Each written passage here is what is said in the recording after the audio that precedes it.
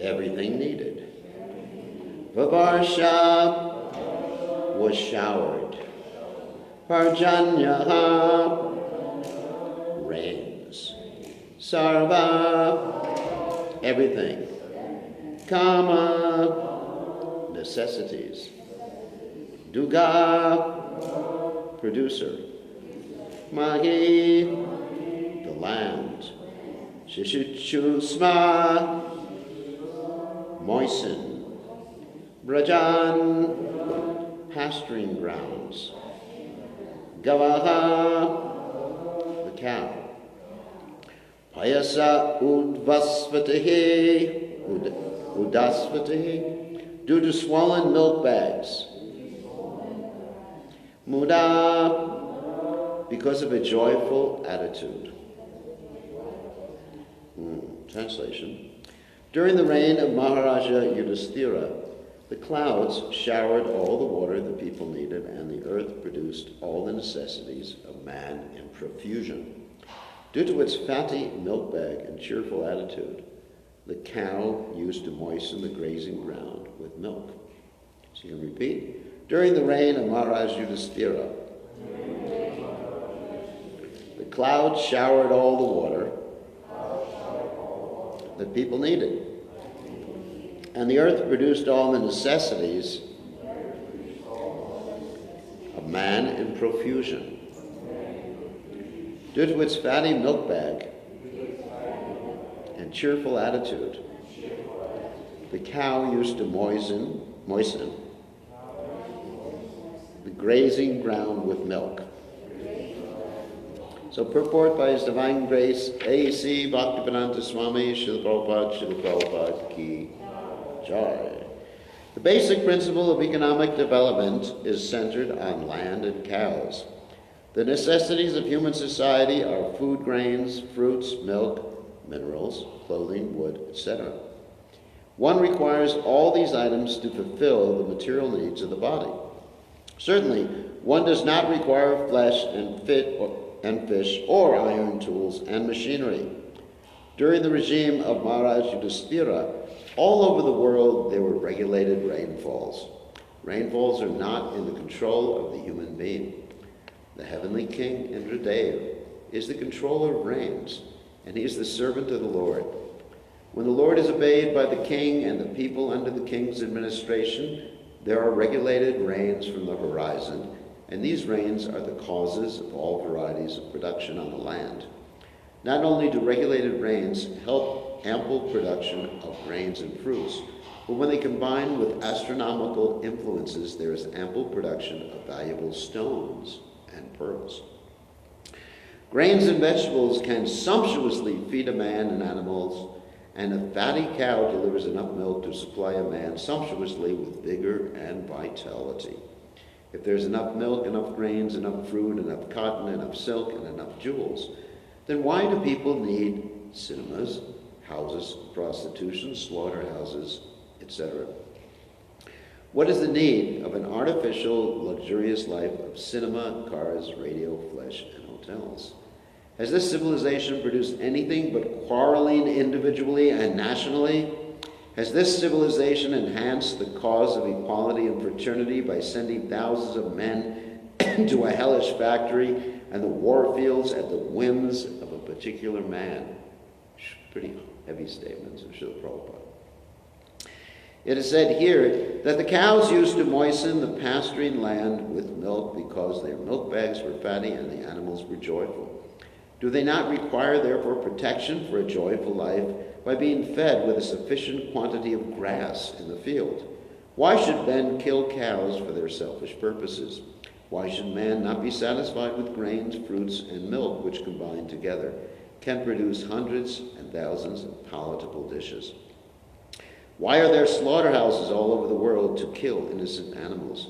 Maharaj Parikshit, grandson of Maharaja Yudhisthira, while touring his vast kingdom, saw a black man attempting to kill a cow. The king at once arrested the butcher and chastised him sufficiently. Should not a king or executive head protect the lives of the poor animals who are unable to defend themselves? Is this humanity?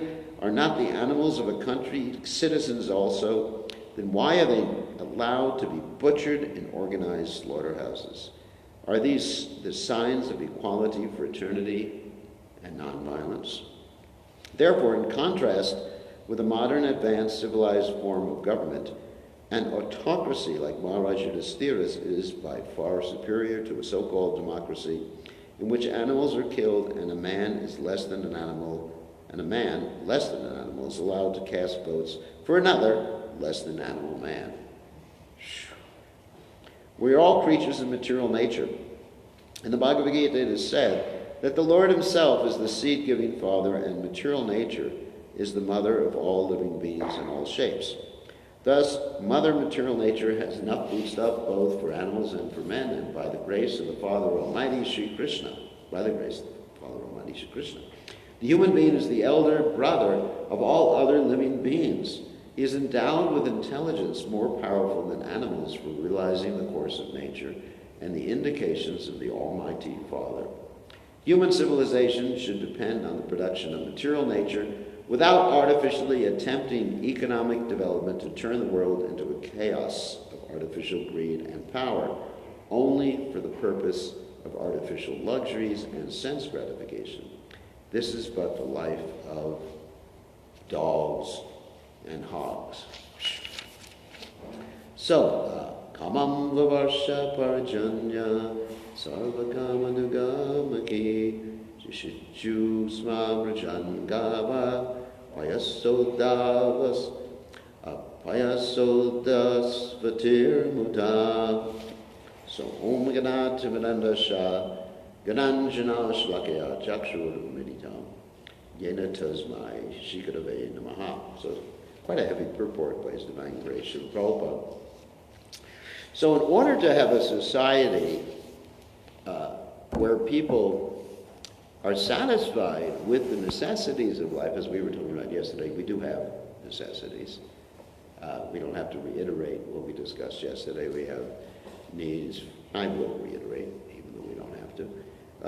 We have needs for food, light, water, and shelter, and needs for fun, recreation, friendship, love,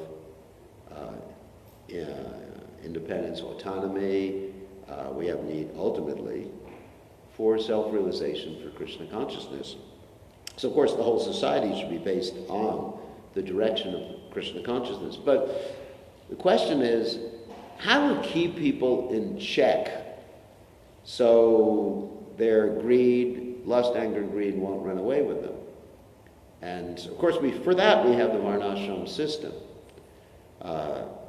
Now, beginning with the Kshatriya, you do have influence of the mode of passion. Kshatriya, of course, is very passionate. He's controlled by passion. Passion means that you want more and more and more. And, of course, the Vaishya, Prabhupada describes, is never satisfied with any amount of wealth. He always wants more and more wealth. And the Shudra is just into gross sense gratification.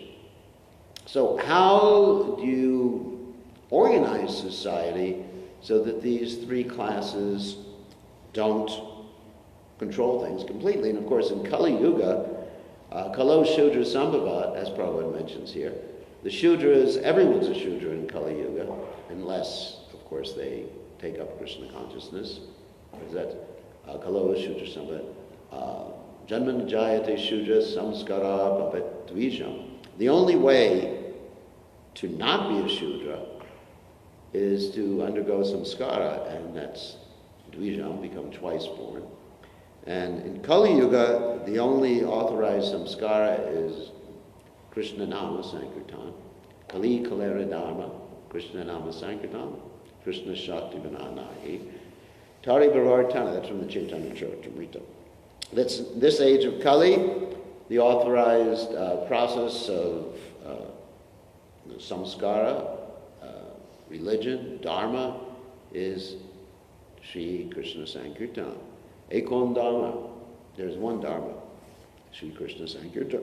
So, therefore, it's required that some people become twice born, or initiated, or at least accept the holy names of the Lord in Kali Yuga.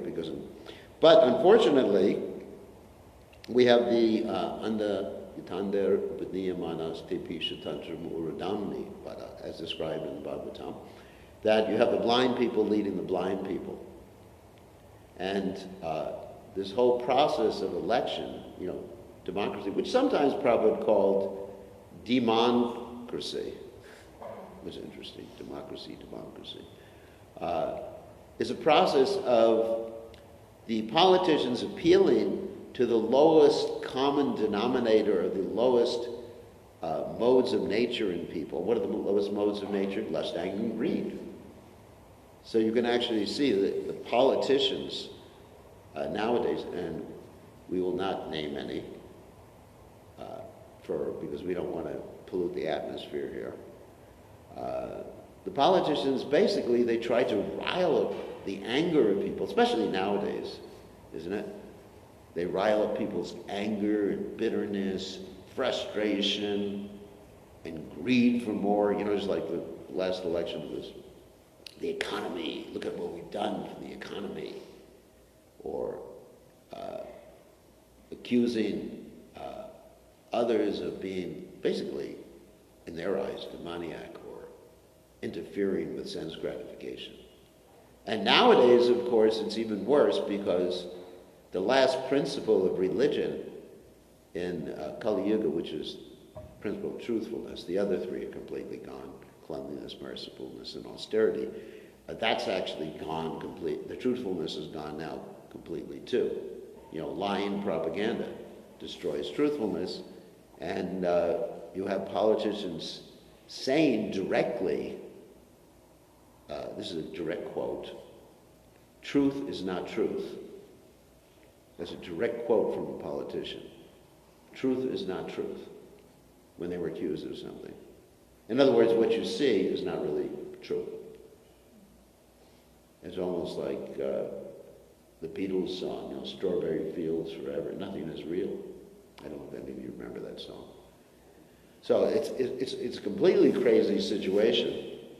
And so people's grosser desires, like Prabhupada talks about here, prostitution, slaughterhouse, and all that other horrible stuff, is just like controlling society, controlling the economy of society.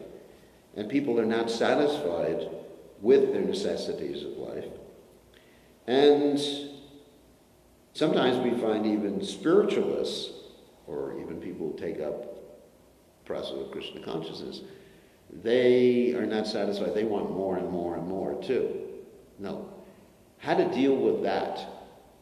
And sometimes devotees, even devotees or aspiring devotees, they're thinking, I need more and more and more to be happy. Of course, we know, everytam jnanavitena jnanino nijavarana kamarupena kontya dushparena lenacha, that one will never be satisfied by getting more and more and more above the bare necessities, because it's like Prabhupada described, and we often describe, it's like fire being put into, or gasoline being put into fire, or petrol, if you don't come from the United States. Petrol being put into a fire, it doesn't extinguish the fire, it causes the fire to blaze further. So how do we deal with it? I think that's what I want to talk about today. We can criticize modern society, everyone's lusty, greedy, they're killing cows, we know that.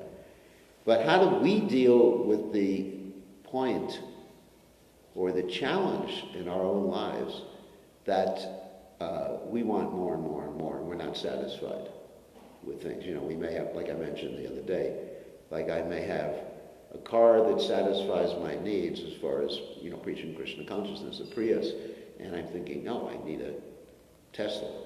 I gave that example the other day. So the answer is, of course, given by Krishna, that one has to have his happiness. This is actually what it means to be a Brahmin. Because a Brahmin is not simply someone who is the head of the social order, but a Brahmin is someone who knows Brahman. That's the direct definition of Brahmin. Someone who knows Brahman. So what does it mean to know Brahman? Of course, there's also that statement, Savai Mana Krishna Padara Vindyo, to have one's mind fixed in Brahman. But what does that mean as far as ourselves are concerned? How do we institute that? Because Krishna says one should take his pleasure within. And then you're not looking for pleasure externally. And then you're not going to engage in ugra karma. There's an interesting story. In the early days when Prabhupada was present, when the devotees just founded New Vrindavan, a farm community, which some of you may have heard about. So in the beginning days of New Vrindavan, they were living very, very simply. This is not to criticize what's going on now or what's going on anywhere else, but I'm just giving this an example how Prabhupada at one point and had expectations for us to engage in something called simple living, high thinking, at least in farm communities, which we don't really have going on now in the United States, or almost anywhere. I mean, actually, except for Hungary. It's interesting. In Hungary, they're actually engaged in simple living, high thinking in their farm community, and I'll explain what I mean by that in a second. So anyway, so in New Vrindavan, the devotees had rented some land. They were living very simply, having to pull the water up from a well. There was a bucket and everything like that. And I was around at that particular time, so I'm well aware of what it was like.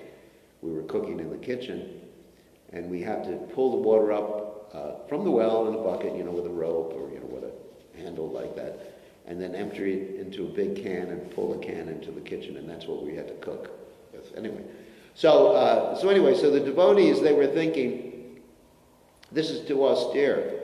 We need to wash our clothes. We need a washing machine. So the devotees went and they purchased a washing machine. And I'm not against washing machines. I use them all the time.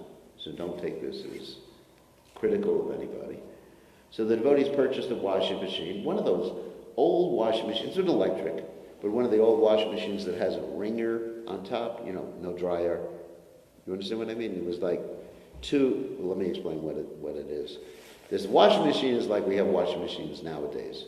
But on top of the washing machine, there were two rollers that you put your clothes through with a little crank, and it would wring out the clothes so they would dry more quickly. Okay, but it still was electric. Not the wringer wasn't electric. The wringer was actually manual.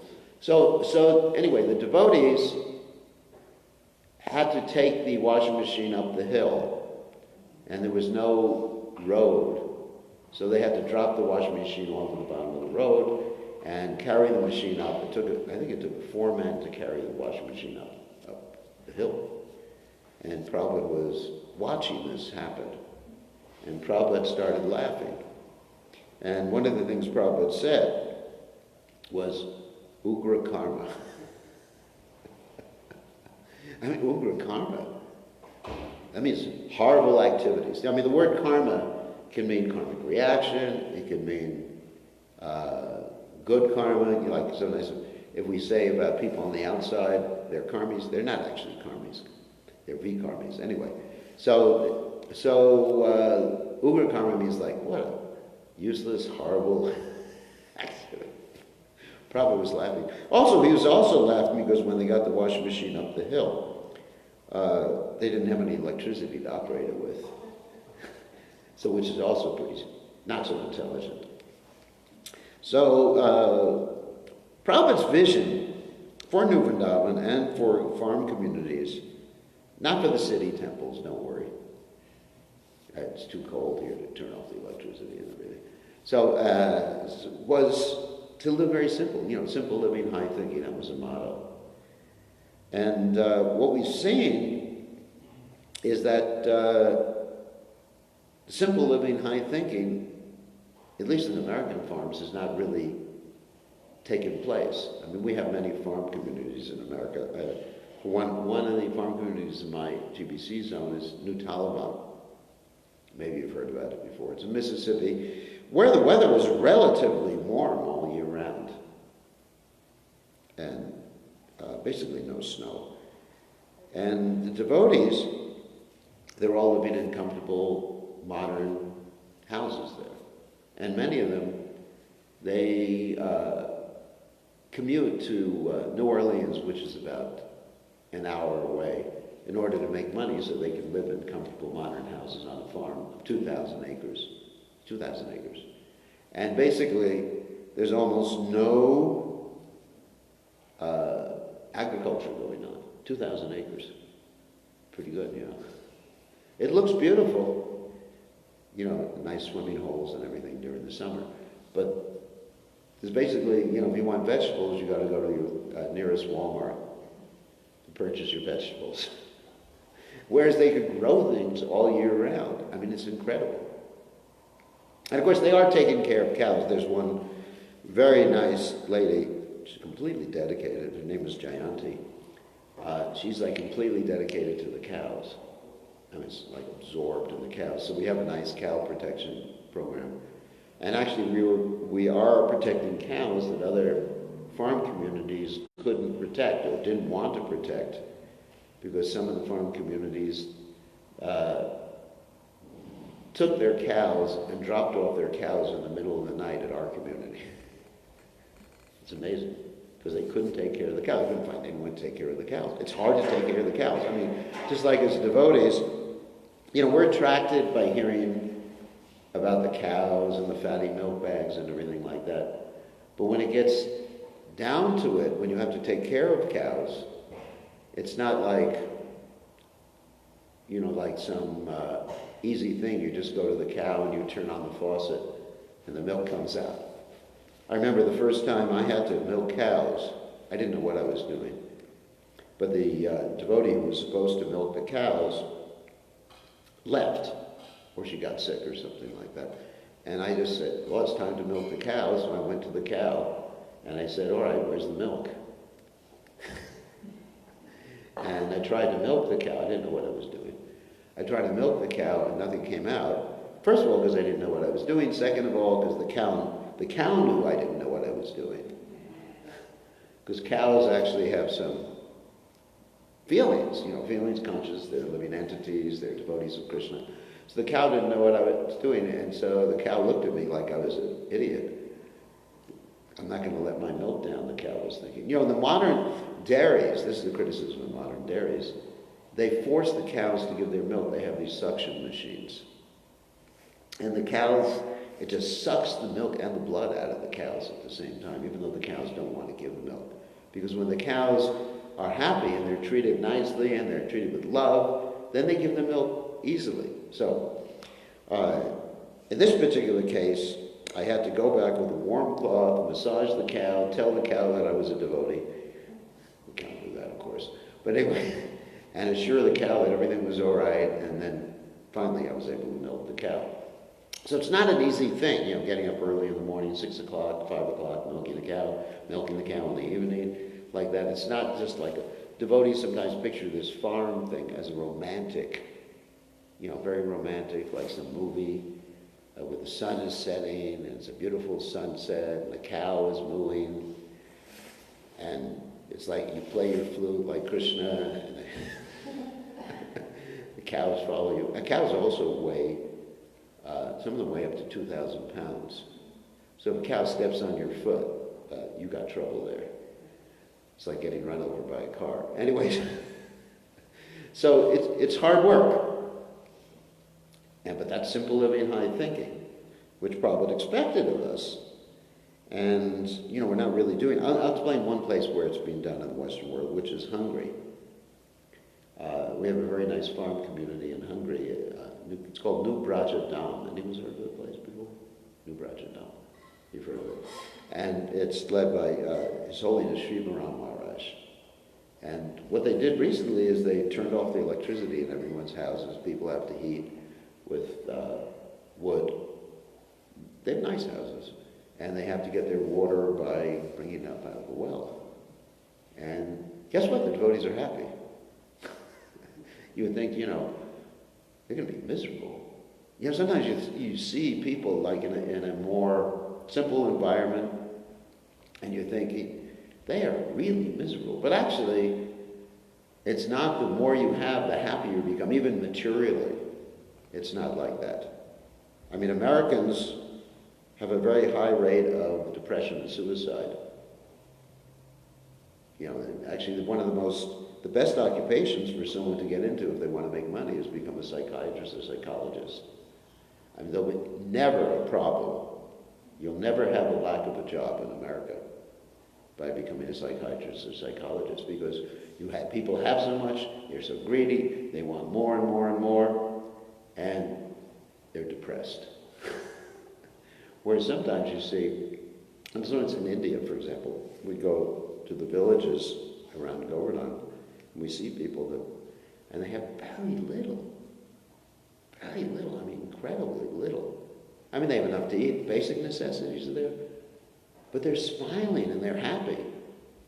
I mean, I just met one man at Radhakund, and he was like 90-something years old, didn't even have most of his teeth, and he just lives there alone, and he's chanting, relying on donations, which I gladly gave him something because he's a real devotee.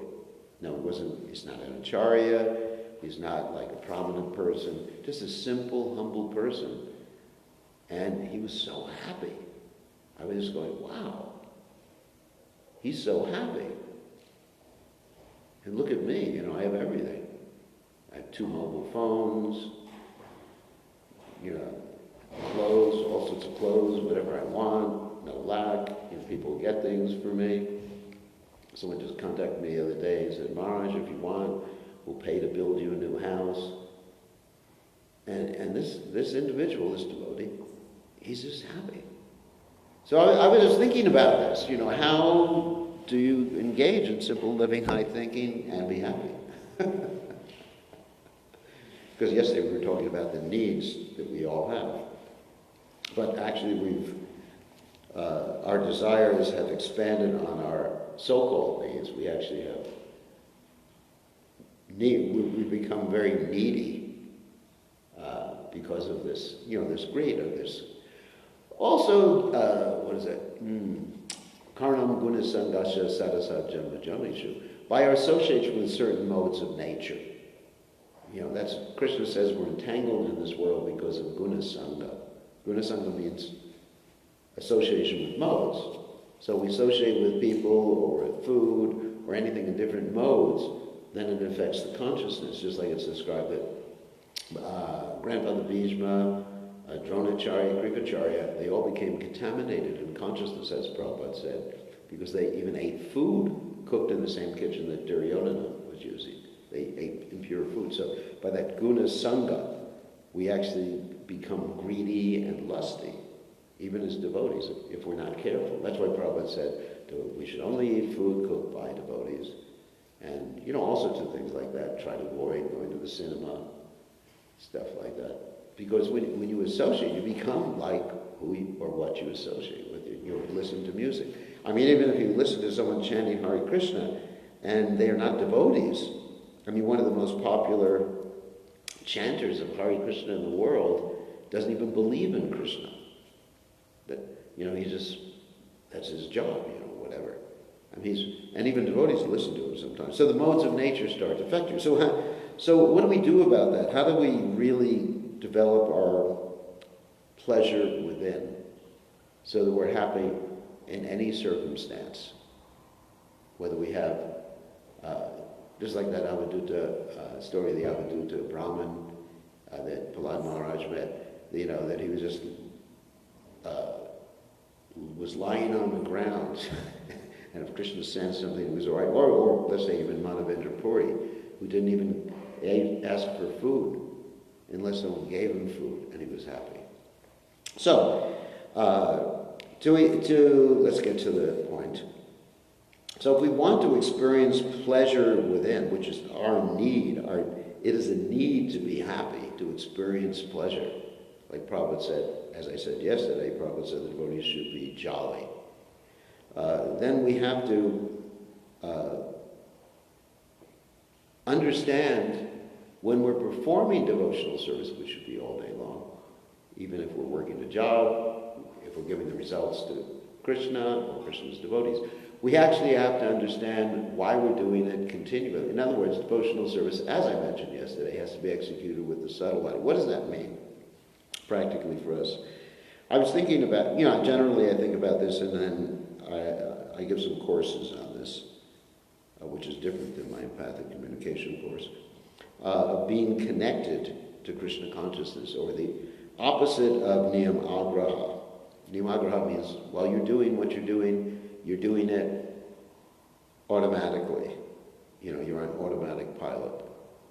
How to be connected. Because generally, when we're doing devotional service, especially a lot of the repetitive activities we do, we sort of put ourselves on automatic. And we don't think about the meaning of what we're doing or why we're doing what we're doing. I'll give you a material example of automatic pilot. Once upon a time, there were two pilots flying a plane. This was in America, true story. And it was a commercial plane. And they put the plane on automatic pilot. And while the plane was on automatic pilot, they began to talk to each other about, football or whatever people talk to each other about. And they didn't notice that it was time to land the plane. So the plane continued 200 miles past the airport. So, of course, on the ground, the controllers, they got very worried, and they thought, well, this plane, maybe it's been hijacked. So they sent up some Air Force jets to see what was happening, and if necessary, shoot the plane down. Because obviously you didn't want a repeat of 9/11. So the plane was going, and the pilots, they basically looked for a second out the windows and saw these jets outside and thought, what's happening? Why are the jets, the Air Force jets outside the plane? And so they said, we overshot the destination. And they turned the plane back, they got on the radio and they said, we're sorry, we overshot the destination, we're coming back. And they had enough fuel, so it was all right. They got fired. Of course, they got fired. They never flew a plane again in their lives. So the moral of the story is that we do the same thing. Not in an airplane, fortunately. But while we're doing our devotional service, either, chanting japa or chanting different mantras, for example. For example, in the Mangalarti, we chant the Gurvashika prayers, right? Everybody knows about the Gurvashika prayers. So we're chanting them, but are we actually thinking of the meaning as we're chanting them? Or do we just put ourselves in automatic, just mouth the words? And that's why we're not experiencing happiness. Because when we're chanting, the mind is wandering, because the mind needs to be engaged. The mind is wandering. So actually, instead of thinking something really ecstatic, like when the samsara dhavan logo, the material world is actually on blazing fire. I mean, that's not ecstatic, but it's inspiring that we have to go out and preach and distribute some books. Yeah, but the material world is a blazing forest fire. And what you do, what I do, I'm just giving you a hint. What I do is I just picture what the material world is like when I chant that mantra, when I'm chanting Mangalarti. And then of course, then the spiritual master is raining down his mercy to extinguish the blazing forest fire of material existence. I think you all know the translation. But do we actually think of the translation or the meaning while we're chanting it? No, not usually. And if you think about it, it becomes really ecstatic. You picture in your mind, you visualize, you imagine what's being talked about. And there's the Guru, just giving the mercy, extinguishing the blazing forest fire of material existence. So you go second Guru Vashtaka, Mahaprabhu, Kirtana, and Richagita. When the spiritual master hears the kirtan of Lord Chaitanya Mahaprabhu, Richagita, he starts dancing and chanting, right? And the hairs of his body stand on end in Ashrutaranga Bhasho. The tears come from his eyes like torrents of rain. So when you actually think of it, what you're doing, I mean, chanting, mantra, then it just makes you so happy, doesn't it? But if you're just repeating the words, it's not going to make you, it's devotional service, but it's nimagraha at that point. You're just doing it on automatic, and your mind is thinking, when is this going to be over? Or your mind is thinking, I'm hungry. Or you're thinking, if you're doing the arti, my legs are hurting today. Or sometimes I'm thinking, I can't stand the smell of that incense. Anyways, that's why it's good you put it outside right after offering it, because it is dangerous. So you're thinking all these different things instead of being Krishna conscious. But the whole point is to be Krishna conscious. Like we mentioned yesterday, the whole point is to remember Krishna, always remember Krishna, and never forget Krishna. So you join the Krishna unconsciousness movement. Rituals. And we have so many rituals too. It's an interesting thing that all around the world, devotees chant the prasadam prayers before they eat. And it's very seldom, I don't, here you probably know them, very seldom the devotees know what they're actually saying. I asked devotees, in the beginning days of the movement, actually, we said the prasadam prayers in English. Lord, this material body is a place of ignorance, and the sensory networks of past and death, and of all the senses, the tongue is the most voracious and uncontrollable, like this. So we often forget. And even when we do say things in English, after a while it just becomes, we turn off the mind while we're saying it. And that's a real problem. That's why Rupa Goswami does mention niyam agraha as one of the causes of deviation in devotional service. Achahara prayasas jalpa jalpa niyam agraha. So if we are able to really, as they say, be here now, or be where, what you're doing, when you're doing, how you're doing, what the meaning is, then Krishna consciousness becomes like such a source of ecstasy. You won't mind that you don't have everything you want. You have everything you need. Obviously we want people to have everything they need. Like Prabhupada was concerned about that. Now, a devotee was coughing. Prabhupada said, don't you have a jacket? Don't you have warm clothes? Prabhupada was concerned with the devotees' material welfare as well as spiritual. Prabhupada was concerned when people were going hungry in Mayapur, the children were fighting the dogs for the remnants of the devotees' prasadam. And Prabhupada said no one within 10 miles or something like that of the temple should go hungry. Prabhupada was concerned with that. But above and beyond our basic needs. So if we want to do the simple living, high thinking business, then we really need to go internal and really develop this, this Krishna consciousness. And so when we're chanting, we should have a sankalpa. When we're chanting, we should be begging Krishna. As I mentioned during the initiation, we should study the Shikshashtaka, understand which particular verse or verses we can resonate with when we're chanting. And then every day becomes blissful. It's just extremely. I was thinking that this morning when I came to the temple. As most devotees know, I attend Mangalarti every morning because I really look forward to it. Going to the temple. So it's also a mindset. Instead of thinking,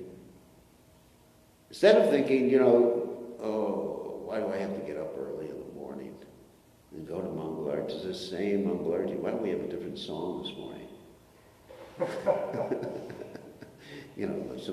Something new, like some Beatles song or something like that. Or it shows my age anyway. Or some spiritual song. So then it's just a mindset. You actually think instead. You think positively. You think, I am so fortunate. Nothing. You count your fortune. Instead of thinking like glass is half empty. He said, I'm so fortunate. I'm getting the opportunity to do something that 99.99% of the world is not getting the opportunity to do. Wow, I am so lucky. I've won the lottery. People win the lottery. Actually, it causes their demise after they win the lottery because they find out they have so many friends that they never had before. And the friends, take all their money, and then the person's just dumped off after a year or two. So, but it's like that, wow. I get, I was thinking like that. I was walking to the temple this morning. I said, wow, I get to go to this fantastic temple and see the deities, Radha Govinda and Gaura-Nitai and Jagannath Baladev Subhadra, and I get to chant this prayer, and I get to think of Prabhupada while I'm chanting the prayer, and I get to do all these cool things and see all these cool people. Like I was also thinking this morning about devotees. I was just thinking, wow, it's so nice I get to see these devotees. I was watching the Pujari this morning and said, wow, what a great devotee he is. I know you're humble. Anyway, but I was just like feeling overwhelmed, with happiness. Just seeing the devotees, people engaged in Krishna. They are so lucky to engage in Krishna service. Wow, I'm so lucky. And, if you look at it in a positive way, what I'm saying is, I'm trying to give you a hint, or hints, how to see things positively, so that when the austerities come, it doesn't really bother you. I mean, like the 6 Goswamis of Vrindavan, they're not thinking, oh, I only get to eat a bat of butter every 2 days. They're thinking, hey Radhe, Brajatevike, hey Nanda Shuno Kuta. That's also from Srinivasacharya's prayers to the 6 Goswamis of Vrindavan. They're thinking, Radharani, Krishna, where are you? And they're running around Vrindavan in that mood. And so nothing becomes drudgery or just duty. And everything is, I'm choosing to do this. There's another point, it's based on another seminar of mine.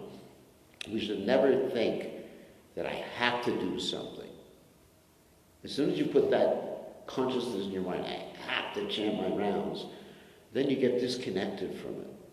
Or I have to go to Mongol. All right, have to eat prashad. Well, no one thinks I have to eat prashad. Anyway, I have to associate with those devotees. Or I have to, I don't know what else. I have to cook the offering. No, never think you have to do something that makes your life miserable. As soon as you have to do something, it's forced, you don't want to do it, it interferes with your sense of, autonomy. I'm choosing to do that. I'm choosing to, that's how I get up for Mangalarti every morning. I'm choosing to come to Mangalarti because I want to. I get to do this, and that. It's great. And I'm choosing not to do certain things because they'll disconnect me from Krishna. Then Krishna consciousness becomes very easy, blissful. And then if you're called to do a simple living, high-thinking community, yeah, you can do it. If Prabhupada wants, we can do it. Just like I was telling yesterday about how we started our community in North Carolina. I didn't have any money, or very little money. So somehow or other I was able to buy land without money. That's another story. And we had to camp out on the property the first 2 winters. And it's just colder than here, sometimes. So we had to camp out, and the devotees were just looking at me, how can you do this? And we had no bathrooms either. We just had to go outside, take a shower, with a bucket and things like that for about 2 years in the winter. So I was just thinking, I'm choosing to do this for Prabhupada. And now we have a whole big temple, community, thousands of devotees, thousands of members, not devotees, actually we have thousands of devotees, but anyway, thousands of members. And because I took it all very blissfully. I'm choosing to do this for Prabhupada. When things are done out of love. So then Krishna consciousness becomes very, very easily, renunciation is very easy at that particular point. So, I went too long. So any questions or comments? Yes? Question? I appreciate the point that you made about the changing our mindset and Yeah. having consciously the meaning of what we're doing. And I was thinking sometimes we think, oh, it's just my mind, but it's actually, it belongs to me. Yeah. And it's my responsibility to actually be the master of my mind and to say, no, actually right now I'm choosing to look at it this way and not this way, and then not even to blame my mind that my mind's doing this, that I can actually say, no, you're not going to think about this right, we're going to think of it like this. Appreciate that point there. Yeah. Yeah, like Krishna says, the mind can be the friend of the conditioned soul as well as the enemy. So we don't want to think about the mind as the enemy. You just think positively about something. Like I mentioned the other day, you can't do it, don't. Like another experiment we do in my seminars, that sometimes I tell people, don't smile. And what happens? They start smiling. So don't smile as an order. See, immediately. It works. You know, if you want to make people happy, tell them not to be happy. Be miserable. That's an order. Be miserable. No.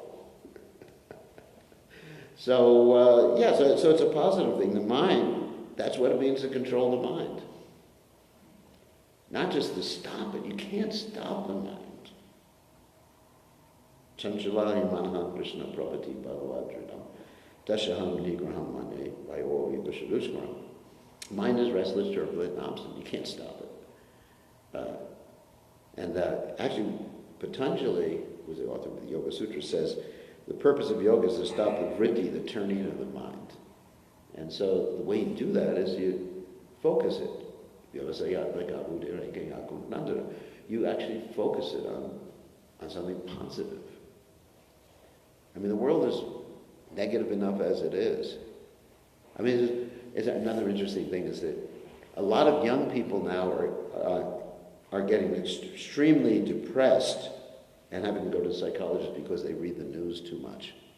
They read about the present political situation and the lying propaganda and everything. It's just like, it's enough to make you depressed.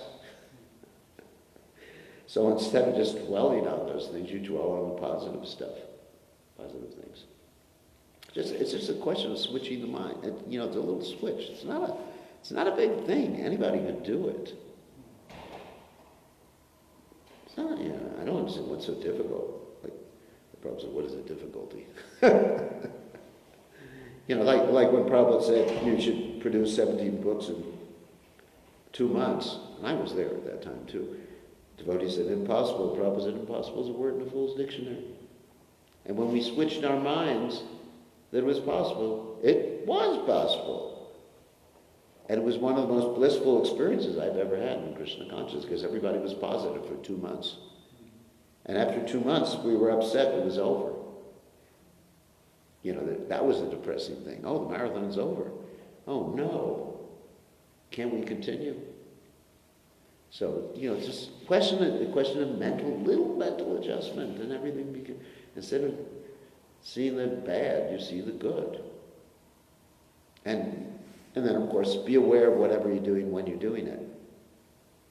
When you're offering arti, when you're singing in song for Krishna, like the Damodar Ashtika is such an ecstatic song. Then visualize what it is. Some people can visualize, some people can use imagination. Everybody's different in their faculties. But it's, you could actually visualize, we're talking about Damodar, Lord Damodar, sorry Krishna, Lord Damodar being tied up by Mother Yashoda. Why not picture that in your mind? Isn't it? And then it's really nice. Krishna being tied up by Mother Yashoda. Or, any of these other verses that we chant every day. It makes Krishna conscious so just blissful. Then you can be in bhava all the time. So, any other questions? Yes? Positive. Power of positive thinking, power of positive personality. I was just thinking about the principle of yukta vairagya. Yeah. And it seems like if it's not necessary to undergo, to take unnecessary austerities, camping out in winter, turning off the electricity and water and whatever. If it's not necessary to do those things, what are we trying to prove? That we should prioritize things like Yes. what's important, like the preaching. And Yes. because otherwise it could be like what Krishna said, torturing the elements of the body. That is demoniac. And we should use the principle of yukta vairagya. I agree 100%. And use the water and electricity and go in somebody's house instead of camping outside and do some more preaching and take care of your body and don't torture it. I agree 100%.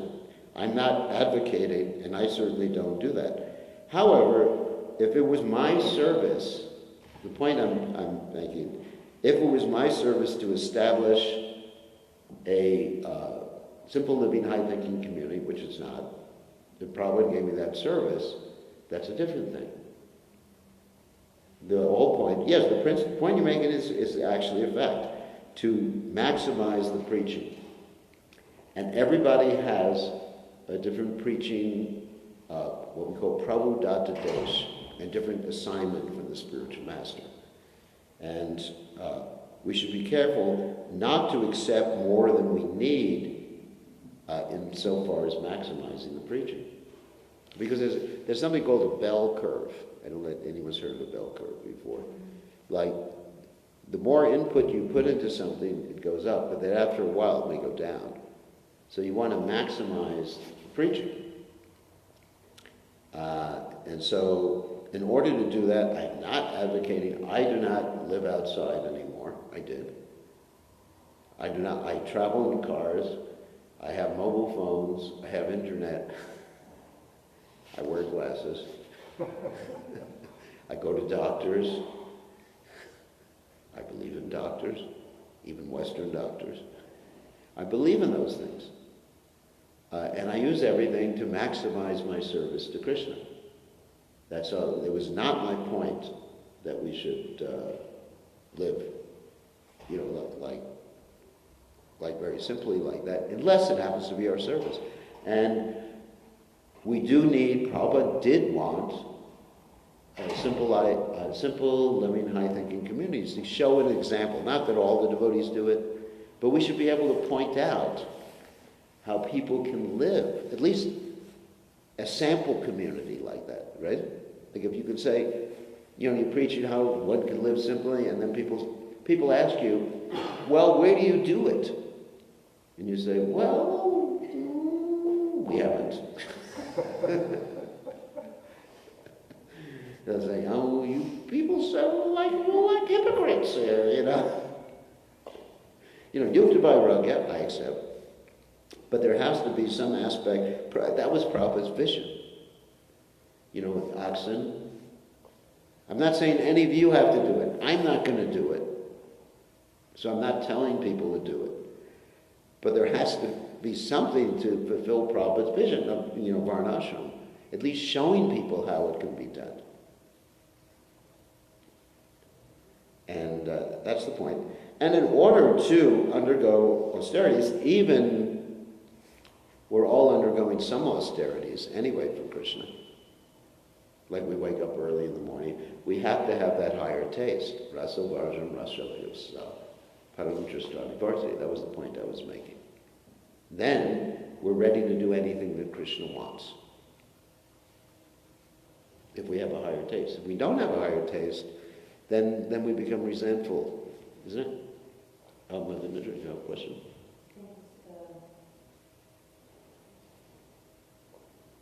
Thank you.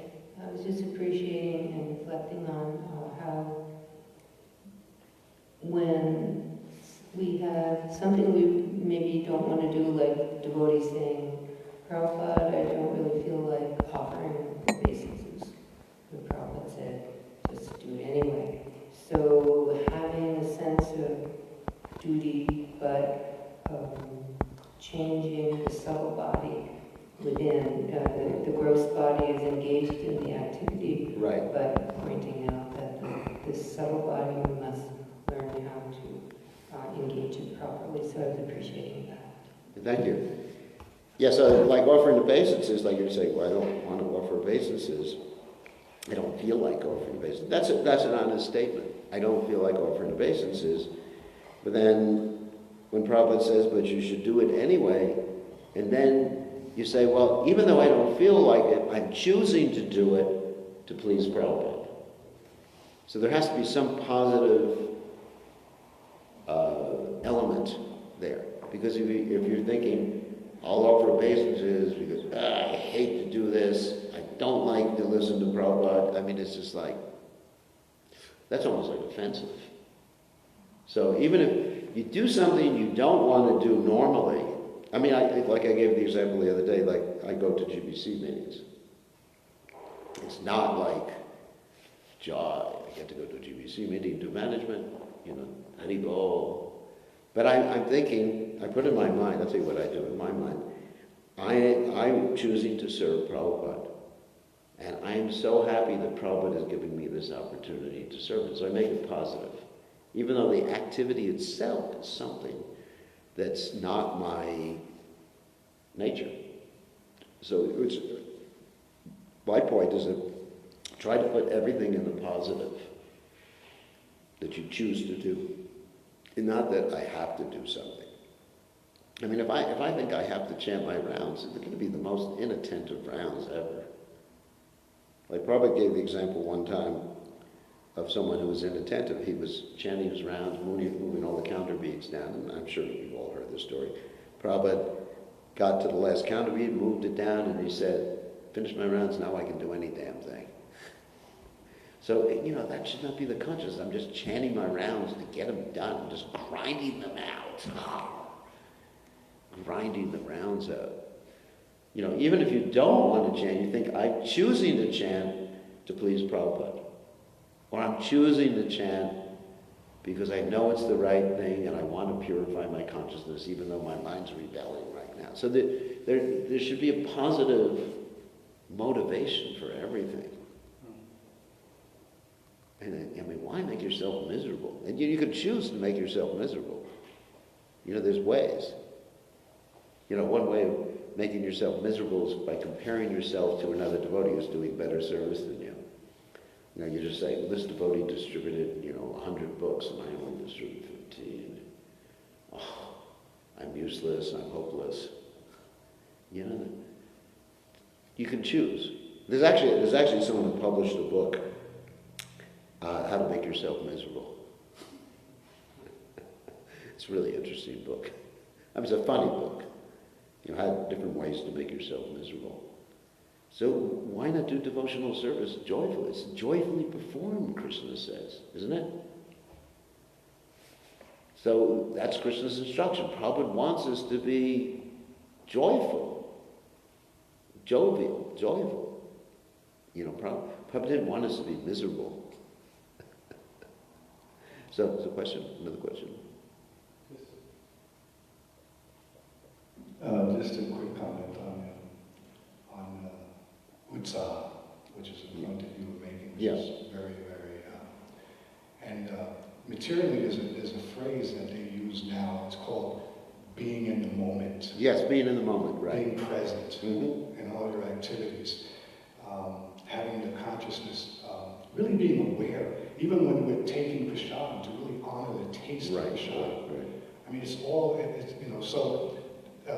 That was a very interesting point you made, and it's good for us to realize because it is actually an honor to be able to get up and do devotional service. I mean, like you said, if we look at how many people, even on this block, have the opportunity to come to the temple and appear before God every day and perform a service, and it's a very rare opportunity, and we're most fortunate in this situation. But sometimes, because of complacency, repetition, we do have a tendency to take it for granted. So there needs to be that kind of, where does one get that oomph, that really, that coach, to coach the mind and to really appreciate the beauty of Krishna consciousness, the beauty of the association that we have, and the fact that if we didn't have that, where would we be? Yep. Gratefulness. Yeah, thank you very much for that comment. Yeah, so somehow or other, be grateful. And another point I was thinking is that Prabhupada said, variety is the mother of enjoyment. So, if we're just simply just repeating the same thing and not thinking of what we're doing or not thinking of our objectives in life, then there's no variety there. Krishna consciousness is meant to be, every day has to be a new experience. Just like, I think it was Bhaktivinoda Thakur stated about prasadam, like every day is a new experience. Like Prabhupada, when he was taking prasadam, he would, if there wasn't at a preaching engagement, he would just sit at the wall, facing the wall, and take a half hour to 45 minutes to eat prasadam. He probably would honor prasadam, not eat prasadam, sorry. He would honor prasadam. So you should think when you get prasadam, we're so fortunate to get this prasadam. Anyway, I mean, that's how I'm attempting to deal with my life. Otherwise you start to get upset, especially when you get older. You say, Krishna, I've been serving you all these years, and why'd you give me an old body? What did I get? I've done everything for you, and now all I get in response is aches and pains. What kind of boss are you, Don't even get a gold watch. So, but we're fortunate. Even if we have to take another birth, I don't care, because we get to serve Krishna in next life. Isn't it? It's just like, take another birth is not a problem, as long as you can be a member of Prabhupada's society or a member of Krishna consciousness and serve Krishna. It's wonderful. We've gotten an eternal benefit that even if we don't become completely Krishna conscious, swapamapyasya dharmasya trayate mahatovaya, that, forever and ever we're going to be serving Krishna, as of course we choose to. That's amazing, isn't it? It's amazing. We are so fortunate. Okay, I think I have to end because it's probably time for prasadam. So, thank you very much. All glories to His Divine Grace. Srila Prabhupada, Srila Prabhupada, Ki Jai.